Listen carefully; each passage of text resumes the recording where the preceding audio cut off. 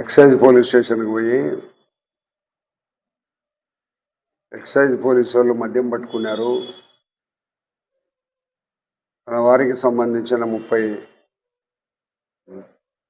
బాటల్లో మద్యం పట్టుకున్నారని excise police స్టేషన్లో పోయి ఎందుకు పట్టుకున్నారు ఏమని చాలా రాద్ధాంతం చేయడం జరిగింది. మీరు పట్టుకుంటే రోజు పోలీస్ స్టేషన్కి వస్తాను, ఇక్కడనే కూర్చొని నేను చేస్తాను అని చెప్తున్నాడు. నువ్వు శాసన సభ్యుని, అసెంబ్లీలో మాట్లాడే ఒక చట్టం చేయించు. మూడు సీసాల కంటే ఎక్కువ తీసుకొని పోయే విధంగా 20 సీసాలు కానీ 30 సీసాలు కానీ తీసుకొని పోవచ్చును అనేది ఒక చట్టం చేయించు. వాళ్ళకు పట్టుకోవని అధికారాన్ని వాళ్ళకి ఇచ్చి వాళ్ళు పట్టుకుంటే వాళ్ళ మీదకి పోతే ఎట్లా? నువ్వేదో ఎస్పీను వాళ్ళ అమ్మను వాళ్ళ అమ్మ మొగుడిని తిట్టాడావు.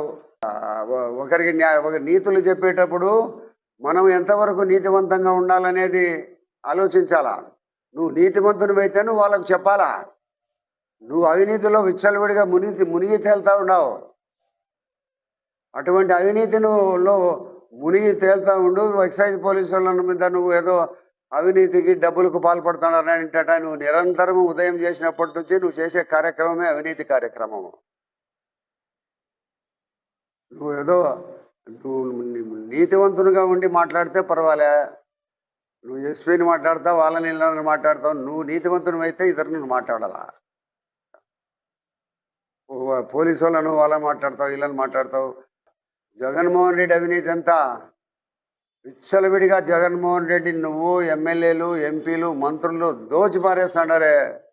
దీనికి జవాబుదారీ ఏం చెప్తావు? దీనికి ఏం చెప్తావు? నువ్వు రోజు నిరంతరము పేపర్లలో వచ్చే అవినీతికి జవాబుదారు ఎవరు? నీ మీద వచ్చే అవినీతి ఆరోపణలకు జవాబుదారు ఎవరు? దయచేసి అవినీతిని మాట్లాడే ముందు మనం ఎంత నీతిపరులమని తెలుసుకొని మాట్లాడితే మంచిది.